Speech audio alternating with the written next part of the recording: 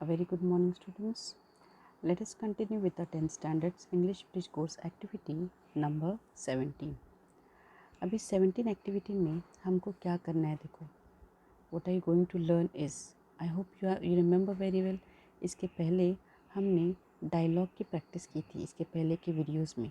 सो हमारी आज की वीडियो का या आज की जो 17th एक्टिविटी है इसका आउटकम भी यही है that you should be able to converse, you should be able to talk properly, such as हमने इसके पहले क्या था, सपोर्टिंग डायलॉग कैसा रहता है, अप्रिसिएशन करने वाला डायलॉग कैसा रहता है. लेकिन आज हम मोड ट्रांसफॉर्म कैसा होता है, लाइक डिस्प्लेजर से प्लेजर, यानी नाखुश कोई है तो उसको खुशी तक कैसे लाना है, वो आप यहाँ पर देखने वाले हैं आज के इस एक्टिविटी में. So teacher will in your classrooms, your teacher will explain you the nature of activity. Activity कैसे है वो बताएंगे. तुमको डायलॉग रीडिंग करने के लिए बताया जाएगा. Teacher will also encourage you so that you speak it out, okay? And your parents will also guide you at home if you need. Further, what are you supposed to do? तुम क्या करने वाले हैं? You will read the dialogue carefully. You will also take help of your parents, friends and teachers if necessary, but you have to take active participation because as I said earlier, dialogue या फिर जो जो ऐसे writing skill की चीज़ें हैं, जो parts है, वो आप जितना खुद करने की कोशिश करेंगे they will definitely help you in your exam. और सिर्फ एग्ज़ाम ही नहीं, रिमेंबर ये जो जो आप एक्टिविटीज़ अभी कर रहे हैं इस ब्रिज कोर्स एक्टिविटी में, ये आपको क्यों रिवाइज़ करा रहे हैं. आप सोचेंगे कि क्यों ये सब हो रहा है, टाइम वेस्ट हो रहा है, हमको कुछ पढ़ा नहीं रहे, सब वही रिपीट हो रहा है. बट रिमेंबर ये जो आपका रिवीजन शुरू है ये आपको डेफिनेटली हेल्प करेगा, ताकि सिर्फ आपको एग्ज़ाम के हिसाब से पढ़ना नहीं है, बल्कि इसका इस्तेमाल करके आपको आपकी रोज़ की लाइफ में भी इंग्लिश का इस्तेमाल कैसे करते हैं ये सीखना है. So here now, read the following dialogue carefully. Initially यानी शुरू में you will find displeasure. आपको शुरू के डायलॉग की शुरुआत में लगेगा कि यहाँ पे क्या है, डिस्प्लेजर, यानी कोई खुश नहीं है. बट स्लोली आपको पता चलेगा कि आहिस्ता आहिस्ता खुशी पाई जाती है और एंड में सपोर्ट भी मिलता है. ना यहाँ पे हमारे दो किरदार है, Vicky and Rohan. Vicky is asking Rohan, hey dear what happen. Rohan says, nothing यार, I'm attending online classes, but I don't understand maths. Vicky said, don't worry, we will help you. Rohan said, it's okay, but what about my doubts? Vicky replied, nothing to worry. We will take help of our maths teacher, Gowdy sir. Rohan again asked, but will he give us time? Vicky assured, yes, of course. He was saying in the morning in online classes. Rohan replied, thanks यार, it will be better for me. यानी यहाँ पर पता चलता है कि विकी एक गुमसुम से या उदास रोहन को पूछता है कि क्या हुआ, तुम्हारे चेहरे पे कुछ अलग नक्शा है. तो रोहन कहता है वैसा कुछ नहीं, लेकिन ऑनलाइन क्लास अटेंड करने के बावजूद मुझे मैथ्स का कुछ भी समझ में नहीं आता. तब विकी कहता है नो प्रॉब्लम, हम लोग मदद करेंगे. रोहन कहता है ठीक है, लेकिन मेरे डाउट्स का क्या. तब विकी कहता है नो प्रॉब्लम, हमारे जो मैथ्स के टीचर है गाउडी सर, हम उनकी हेल्प ले सकते हैं. तो रोहन फिर भी सवाल पूछता है कि क्या वो मुझे मदद करेंगे, क्या वो अपने को टाइम देंगे. तब विकी कहता है यस, ऑनलाइन क्लास में आज सुबह उन्होंने कहा कि अगर तुमको कोई डाउट है तो तुम उनको डायरेक्ट पर्सनली पूछ के क्या कर सकते हैं, तुम्हारे डाउट्स क्लियर कर सकते. तो रोहन कहता है वाह दैट्स गुड, ये मेरे लिए बहुत अच्छा होगा. देन आगे आपको इसके ऊपर सवाल पूछे गए हैं कि what type of dialogue is this, ये किस तरीके का डायलॉग है. इज़ इट एन अप्रिसिएशन और सपोर्टिंग. अप्रिसिएशन यानी तारीफ़ करना और सपोर्ट करना यानी किसी को मदद करना. तो आपको क्या लगता है ये इस डायलॉग में किसी की तारीफ़ हो रही है? नो. यस, लेकिन सपोर्ट ज़रूर हो रहा है. विकी उसको सपोर्ट करता है. Next, what is the theme of the dialogue. इस डायलॉग का थीम क्या है.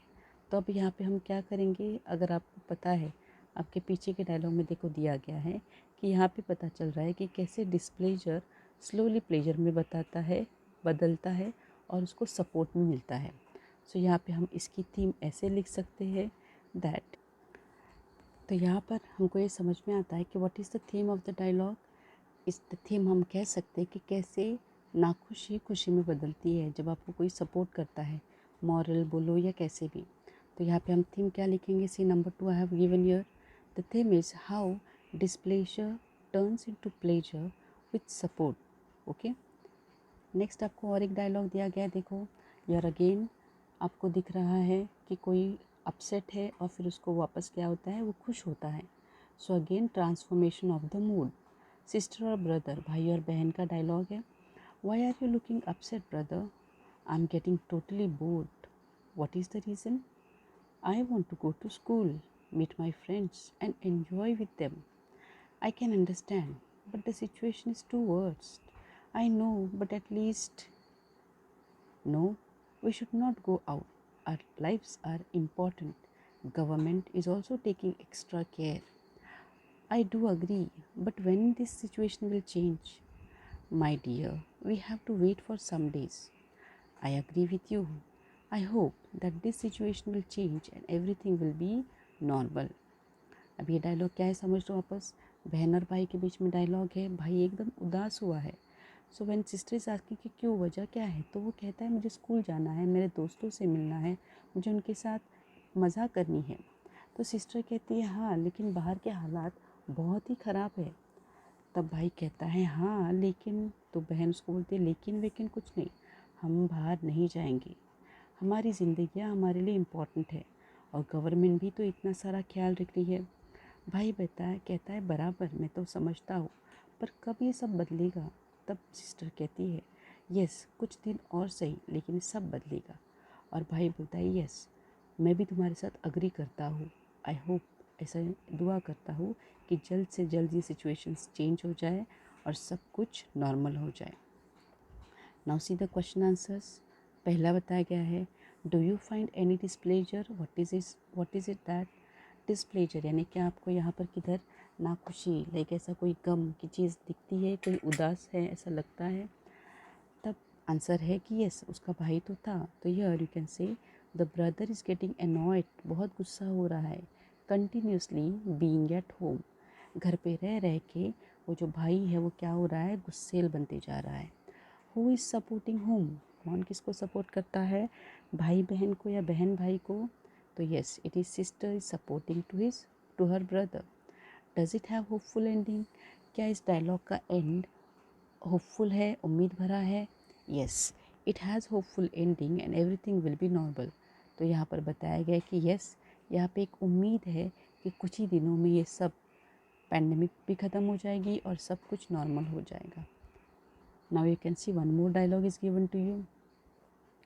संजू एंड अंकल, एक लड़का है संजू और उसके अंकल, इनकी बातचीत हुआ है शुरू। अंकल कहते हैं Sanju how are you? I am fine uncle, what about your school, when is it going to reopen?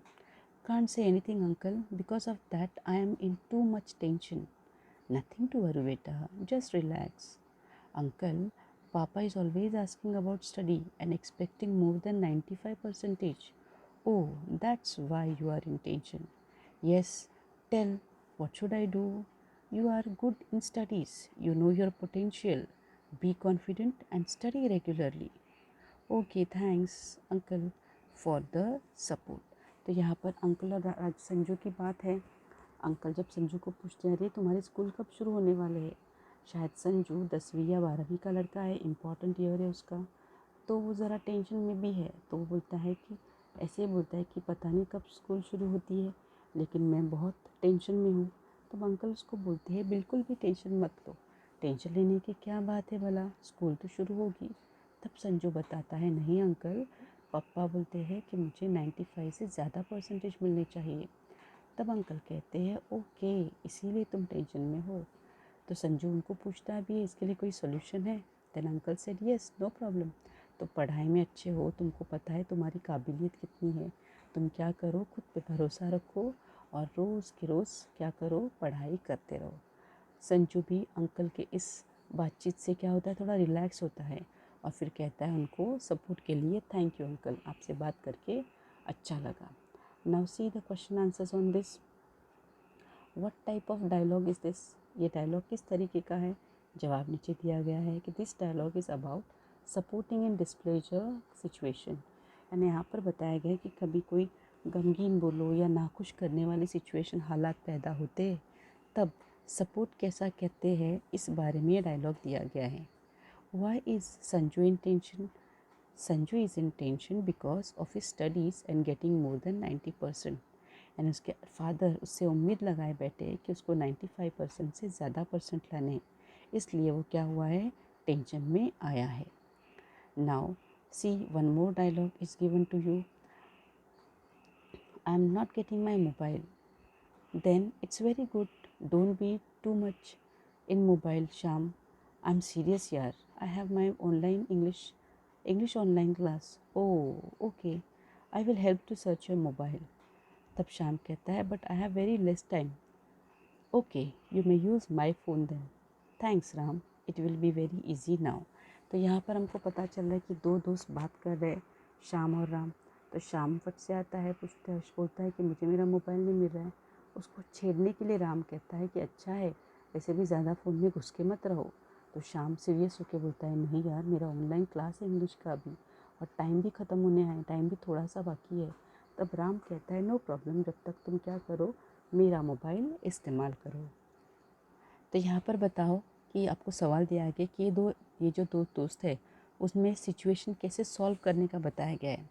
तो हम यहाँ पर देख सकते हैं, आंसर आपको दिया गया है। देखो क्या बताया गया है आंसर में कि in this situation Shyam after realising the seriousness of condition offers his own mobile to Ram as he has to study online and he has lost his phone at the same time. तो यहाँ पर हमको क्या समझ में आता है कि श्याम कैसे पहले चिढ़ाता है वो राम को, लेकिन बाद में क्या कहता है उसको कि तुम उसकी जगह पे मेरा मोबाइल ले लो और क्या करो, अपनी पढ़ाई जारी रखो। तो यहाँ पर हमको पता चलता है कि कैसे शाम को राम हेल्प करता है। ओके, फिर आपको दिया गया कि ऐसे कुछ डायलॉग आपको पढ़ने हैं और उसमें से बोले क्या प्लेजर, कैसे वो खुश होते हैं, कैसे सपोर्ट मिलता है, समझ के लेना है। बट आई थिंक इस वीडियो में हमने अच्छे खासे 4 डायलॉग देखे हैं, so I will not give you an extra dialogue now. इतने ही काफ़ी, इसके सवाल जवाब जो दिखते हैं वो आपको आपके नोटबुक में लिखने हैं, और any one dialogue you can write in the notebook. That's it for the day. Have a good day. Bye.